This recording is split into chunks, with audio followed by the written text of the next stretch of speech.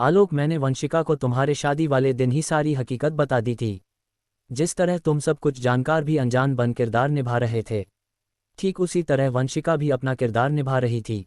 आलोक, तुम्हें लग रहा था कि तुम उसे सच बात न बताकर उस पर एहसान कर रहे हो, और वह सोच रही थी कि वह तुमसे सच ना उगलकर तुम पर एहसान कर रही है। आलोक, लेकिन एक बात रखना, यदि गलती से भी तुमने ये प्रयास किया तो ये तुम्हारी सबसे बड़ी भूल होगी, जिसे सुधारने का तुम्हें शायद मौका ना मिले। यदि वंशिका या सरला दोनों में से किसी को भी कभी रत्ती भर भी कभी कोई परेशानी हुई तो याद रखना, शायद तब मैं तुम्हें माफ़ ना कर सकूं। अब जाओ, शांतिपूर्वक रहकर अपनी दोहरी जिंदगी जियो। ईश्वर तुम्हें सद्बुद्धि और शक्ति प्रदान करें। कहते हुए उन्होंने पुनः मुड़कर पक्षियों को दाना देना शुरू कर दिया। आलोक में इतना साहस नहीं था कि दोबारा पलटकर कोई और सवाल कर सके। वह चुपचाप घर आ गया, अपने चेहरे पर झूठी खुशी लिए। रोजमर्रा के काम में व्यस्त हो गया। बात आई गई हो गई। आलोक के मन में हमेशा एक संकोच बना रहता, लेकिन वह किसी के सामने जाहिर न कर पाता। कई बार सरला ने यह प्रश्न भी किया, कितने दिनों तक शहर में अकेले रहने से क्या फ़ायदा? इससे अच्छा अपने मुख्य कार्यालय को यही शिफ्ट करके यहीं से संचालित किया जाए। सरला जो वह चाहती थी संभव नहीं, लेकिन कोई जवाब नहीं मिलने के कारण उसने अब धीरे धीरे इस बात के लिए भी टोकना बंद कर दिया। अब उसका बेटा गलियों में चहलकदमी करने लगा। देखते ही देखते वह उसी के देखभाल में व्यस्त हो गई। वंशिका ने जी जान से अपने भाई बहनों की शिक्षा और उनके लालन पालन में व्यस्त हो गई। बहुत जल्दी उसने अपने भाई बहनों को अच्छी शिक्षा के साथ सही रास्ते पर ला दिया। वंशिका हमेशा यही सोचते रही कि वह दिन तो आएगा जब खुलकर आलोक सारी सच्चाई खुद उसके सामने बयान करें। वह उसे क्षमा कर पुनः अपना ले। अंततः जब आलोक ने देखा कि वंशिका अपनी सभी जिम्मेदारियां पूर्ण कर चुकी है, तब एक दिन मौका देख उसने वंशिका के सामने सारा सच बड़े धैर्य के साथ जाहिर कर दिया। वंशिका ने सहज स्वीकार किया। वह खुद भी इस बात को जानती थी, लेकिन उसे यह भरोसा था कि उसका प्यार इतना कमज़ोर नहीं हो सकता कि सच बयान ना कर सके। इसलिए वंशिका ने आलोक के बताने का इंतजार किया, लेकिन वह यकीन करें कि वह कभी भी सरला और आलोक के मध्य किसी भी प्रकार की कोई समस्या उत्पन्न नहीं करेगी। जिस तरह सरला सबको जानते हुए अब तक कुछ ना कर पाए, वैसे ही वह भी कोई प्रश्न नहीं करेगी। इस बात को सुनकर आलोक बिल्कुल बिखर पड़ा, क्योंकि यहाँ अनेकों राज जैसे सिर्फ और सिर्फ उसी से छिपे हुए हैं। हर कोई सब कुछ जानते हुए सिर्फ आलोक को ही अनजान समझ रहा है। तब उसके पूछने पर वंशिका ने बताया कि हाँ, ये सच है कि वह सरकर से मिली, लेकिन वे परिस्थितियाँ कुछ और थी। रेवाराम जी ने ही उनकी शादी के बाद वंशिका को खुद कहा था कि वह सरला से अपनी हकीकत बयां करें, ताकि भविष्य में होने वाली परेशानियों से बचा जा सके। यदि किसी दिन कोई अनहोनी हो गई तो आने वाली पीढ़ियों को मुसीबत का सामना न करना पड़े। तब वंशिका ने खुद जाकर सरला से बात की, सभी परिस्थितियों से उसे अवगत कराया। शायद इसलिए इसे अपना भाग्य समझ सरला ने आलोक को शहर में रहने से नहीं रोका। एक नियत समय के पश्चात वंशिका उसे सरला के पास भेज देती हैं। सरला आलोक को शहर जाने से नहीं रोकती। मतलब सीधा सा है। आलोक समझ रहा था कि वह सब कुछ संचालन ठीक से कर ले रहा है, लेकिन वास्तविकता तो ये थी कि सरला और वंशिका दोनों आलोक को व्यवस्थित रहने में मदद कर रही थी। इसलिए दोनों ने ही समय और नियम के अनुसार खुद के लिए आलोक को बांट रखा था। यदि सब कुछ किताबों में पढ़कर और महज देखकर सीख लिया होता तो फिर बात ही क्या थी। किसी की नकल करना और वास्तविकता में निर्माण करना, दोनों ही बातों में बहुत फर्क होता है। जब किसी भी रचना को रचनाकार मुहूर्त रूप देता है, तब ना चाहते हुए भी उसकी भावनाएं उसकी रचना में नजर आने लगती है।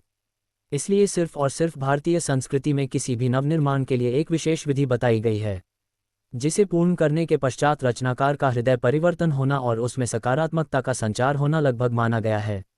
यह कोई यूं ही निर्धारित की गई विधियां नहीं है, अपितु वर्षों के अध्ययन से हासिल किया गया साइंस है, जिसमें शब्द ऊर्जा के द्वारा चंद वस्तुओं का उपयोग कर हवन पूजन इत्यादि के द्वारा विस्फोट नारी शक्तियों को उत्पन्न करने की यही विधि है।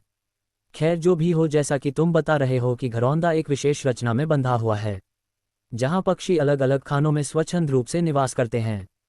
उन्हें आने जाने वालों से कोई भय नहीं होता। इसका मतलब साफ है कि वह संपूर्ण क्षेत्र एक सकारात्मक ऊर्जा का स्रोत है या केंद्र बिंदु है, क्योंकि कोई भी पक्षी स्वतंत्र होने के पश्चात सिर्फ और सिर्फ सकारात्मक ऊर्जा के पास ही रहता है, जो हमेशा परिवर्तित होने वाले मेहमानों के भी संभव नहीं।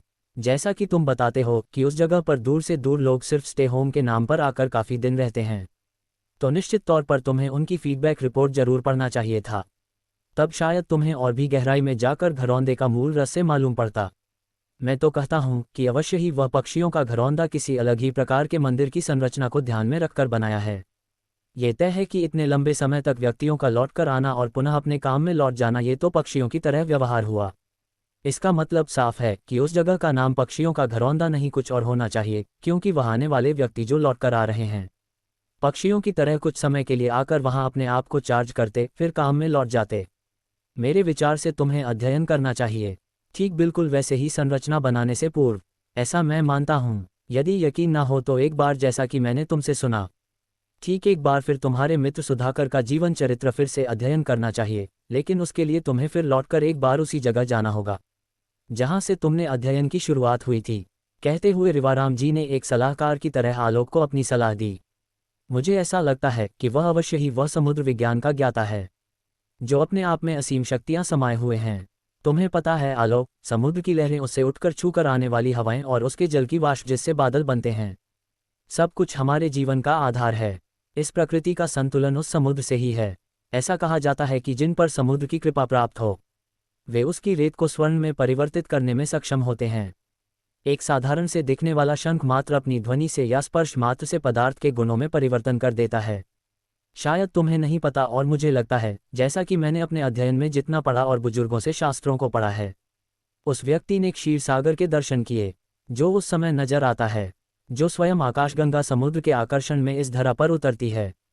उस समय वह अनेकों आकाशीय शक्तियां लेकर जब समुद्र के धरातल को स्पर्श मात्र करती है, तब जल का प्रत्येक कण मोतियों में परावर्तित हो जाता है। उसमें स्थित छोटी छोटी शिप शक्तिशाली शंख में परिवर्तित हो जाती है। उस स्थान के पत्थर रत्नों में परिवर्तित हो जाते हैं। संपूर्ण सागर उस समय बिल्कुल सफ़ेद दूध की तरह नजर आता है। वह उस समय लहरें लेना छोड़ देता है। आलोक, उस मुहूर्त की तलाश में ऋषि मुनि ही नहीं देवी देवता भी हमेशा इंतजार करते रहते हैं, क्योंकि उस समय सिर्फ रत्नों की ही नहीं दिव्य शास्त्रों की भी प्राप्ति सहज हो जाती है। ऐसा मैंने अपने दादाजी से सुना था। उस समय वह हमारे परिवार की माली हालत कुछ ठीक नहीं थी। मेरे दादाजी परेशान होकर समुद्र के पास रात्रि के दूसरे पहर में टहल रहे थे, जिस समय अक्सर समुद्र के पास जाने से इनकार किया जाता है, लेकिन जिसके पास खोने के लिए कुछ भी ना हो, भला वो किसी विषयों को क्या माने। कुछ दशा ऐसी उनकी ही थी, क्योंकि उनके पास परिवार के पालन पोषण के लिए अच्छे साधन नहीं थे।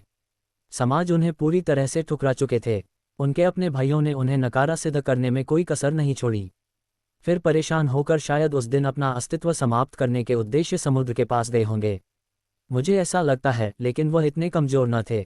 उनके कहे अनुसार वे परेशान होकर उन्होंने तय किया कि अब वे प्रकृति को ही अपना मूल आधार बनाएंगे, और एक मछुआरे से रात्रि होने से पहले एक समझौते के साथ उन्होंने नाव इस शर्त पर ली कि वे उस रात जितनी भी मछलियां पकड़ लाएंगे उन्हें वह तुम मछुआरे को लाकर सौंप देंगे। सिर्फ 25% राशि लेकर चले जाएंगे। शायद उस मछुआरे ने ये सोचा होगा कि वैसे भी मुझे रात्रि में जाल और नाव का क्या काम करना, इसलिए उसने हामी भर दी। जो काम कभी किसी ने नहीं किया उसे स्वीकार कर दादाजी ने परिवार का पालन पोषण करने की सोची। वे नाव को लेकर चल पड़े बिना किसी विशेष ज्ञान के। समुद्र के मध्य पहुंचे ही थे कि अचानक दिन की तरह उजाले को देख वे घबरा गए। उन्हें एक पल के लिए लगा जैसे वे एक अलग ही दुनिया में आ गए हैं। समुद्र की लहरें शांत होकर मोतियों में परिवर्तित होने लगी। पूरा समुद्र दूधिया नजर आने लगा। आसपास से त्रिलोकी गंगा जब समुद्र में उतरी तो चारों ओर से अनेकों आवाजें सुनाई देने लगी। इसी के बीच दादाजी ने सोचा कि शायद कोई विशेष मुहूर्त है। उन्होंने भी उस त्रिलोकी गंगा से हमारे कुल का सम्मान, उसकी विशेष कृपा और अथाह संपत्ति की इच्छा जाहिर की। साथ ही यह भी मांगा कि उनके कुल का भी कोई व्यक्ति कभी भी किसी व्याधि प्राकृतिक आपदा में ना पड़े। वाकई जब उन्होंने पलट कर देखा तो उनकी नाव स्वर्ण मुद्राओं से भरी हुई थी। सुबह लौटकर मछुआरे का इंतजार करने लगे। अपने वचन अनुसार उन्होंने 25% राशि उठाकर जब चलना चाहा तो मछुआरे ने उन्हें रोककर उनकी ईमानदारी के इनाम स्वरूप 25% स्वर्ण मुद्राएं रखकर शेष सारी मुद्राएं उन्हें वापस सौंप दी, जिसे लेकर वे उस स्थान को छोड़ यहाँ आकर बस गए। यहाँ उन्होंने मात्र 11 एकड़ जमीन लेकर खेती की शुरुआत की। शेष धन आने वाली पीढ़ी के लिए व्यापार में लगा दिया। देखते ही देखते वे उसी आशीर्वाद के कारण पुनः मान प्रतिष्ठा प्राप्त कर गए जिसकी उन्होंने आशा की थी। ये सब बिल्कुल सच्चाई है, लेकिन मैं तुम्हें उस सागर में भटकने या उसे शुभ मुहूर्त के विषय में नहीं कहता, क्योंकि वह कई शादियों में एक बार आता है। वह समय जा चुका है जो इस सदी में दोबारा घटित नहीं होगा। लेकिन उस अनुभव को जानने के लिए तुम्हें उस व्यक्ति से अवश्य मिलना चाहिए जिसने उसका ज्ञान प्राप्त किया और अनुभव किया, क्योंकि जैसा तुम कहते हो उसके अनुसार यदि पक्षियों के आकर्षण की कला उस व्यक्ति ने सीखी है तो निश्चित तौर पर पक्षियों का घरौंदा बनाया जा सकता है। तुम्हें उनसे मिलने के बाद भी विशेष सफलता प्राप्त कर सकते हैं। मैंने जितनी बातें तुमसे कहीं इसका उल्लेख कभी किसी से मत करना। ये राज सिर्फ हमारे परिवार तक सीमित है। हमारे परिवार तक ही रहना चाहिए। उनकी बात मान आलोक ने विचार बनाया एक बार फिर सुधाकर जी से मिलने का। लेकिन इस बार उनका उद्देश्य खुद उनसे शिक्षा प्राप्त करने का था। समुद्र की गहराइयों में अनेकों राज छिपे हैं, जिन्हें जान पाना इतना आसान नहीं होता। लेकिन अगर एक परत के नीचे की भी सच्चाई तुम्हें मालूम पड़ गई तो समझ लो दुनिया का हर खजाना उसके सामने फीका है। समुद्र के अंदर अथाह खजाने और कई राज छिपे हुए हैं, जिसका आंकलन करना भी शायद हम जैसे इंसानों के लिए आसान नहीं। तुम्हें पता है आलोक, सारे ब्रह्मांड की ताकतें जिन्हें कभी हम आसमान में तो कभी दूर ऊंचाइयों में ढूंढते हैं, वे संपूर्ण कायनात समुद्र का एक हिस्सा मात्र है। पृथ्वी की 80% से ज़्यादा हिस्सा जल में डूबा हुआ है। तब भी सोचो बाकी के हिस्से में हम जीते हैं, जिसे हम जानते हैं, समझते हैं कि हम संसार की सबसे शक्तिशाली जीव है, लेकिन ऐसा नहीं है। हम कभी कभी कल्पनाओं में बहकर खुद को ही शक्तिशाली जीव मानने लगते हैं। समुद्र के अंदर हमारे जैसे ही ना जाने कितनी ही संस्कृतियां पलकर विकसित हुई और फिर उसमें समाहित हो गई। इसने अपने अंदर अनेकों युगों को समेट रखा। आलोक, ये बात मैं नहीं कहता, वे शास्त्र कहते हैं कि जिन्हें हम आज सर्वोपरि मानते हैं। उसमें साफ शब्दों में लिखा है कि सृष्टि के विनाश के समय सब कुछ समुद्र में समा जाएगा। मतलब सीधा है कि यही समुद्र सृष्टि बनाता है, फिर एक नियत समय के पश्चात उसे मिटा भी देता है। उसे ही समझने का मैं प्रयास कर रहा हूँ। आलोक, इसी समुद्र से मैंने उस ताकत को हासिल किया है जिसके कारण पक्षियों का घरौंदा एक विशिष्ट चुंबकीय बल से घिरा हुआ है। कहते हुए सुधाकर जी आलोक को गौर से देखने लगे। आलोक को आशंका तो थी ही कि इतनी भव्य संपत्ति शान ए शौकत छोड़कर कोई व्यक्ति यूं ही बंजारे की जिंदगी तो जिएगा नहीं, वो भी बिना किसी मकसद के। लेकिन उसे एक शौक मानकर वह अब तक यूं ही एक सफ़र समझ रहा था। लेकिन यहाँ तो माजरा ही कुछ और था, खासकर अब वर्तमान में सुधाकर जी का वह रूप जो उस समय से बिल्कुल भिन्न था। यकीन करना मुश्किल था, सुधाकर जी उस समय से ज़्यादा यौवन से परिपूर्ण बिल्कुल किसी नवयुवक की तरह स्फूर्तिवान नजर आ रहे थे। लेकिन हाँ, पहले से उन्होंने भिन्न अब दाढ़ी रखना भी छोड़ दिया था। अब आलोक को यकीन हो चला कि सचमुच कोई ना कोई अदृश्य शक्ति तो है जो सुधाकर जी के साथ अदृश्य रूप से काम करती है। लेकिन सुधाकर जी का मकसद सिर्फ धन दौलत कमाने का तो नहीं हो सकता, ये तो तय था। वो इतना सोच ही रहा था कि तभी आश्चर्यजनक रूप से सुधाकर जी कहने लगे, बिल्कुल सही सोच रहे हैं, वाकई मेरा मकसद धन दौलत कमाने का नहीं है, कुछ और है। मतलब आप मेरे मन की बातें कैसे पढ़ सकते हैं? चौंकते हुए आलोक ने कहा, पढ़ सकता हूँ आलोक, मैं मन की बातें भी पढ़ सकता हूँ, वह भी बता सकता हूँ जो अब तक तुमने मुझे नहीं बताया। लेकिन सच बताऊँ, इसमें कुछ भी नया नहीं, किसी का कोई दोष भी नहीं, सब कुछ पूर्व से ही लिखा हुआ है। उसे बदलने का निरर्थक प्रयास करना ही जीवन है। मनुष्य जानता है कि कुछ भी बदल पाना उसके हाथ में नहीं, लेकिन फिर वह कोशिश करना नहीं छोड़ता। हाँ, ये भी सच है कि विधाता ने मनुष्य को प्रयास करने की एक अभूतपूर्व शक्ति दी है, जिनसे यदि वे चाहे तो लिए हुए भाग्य को भी बदल सकता है। लेकिन तब भी नियति जन्म से लेकर मृत्यु तक बिल्कुल निश्चित है।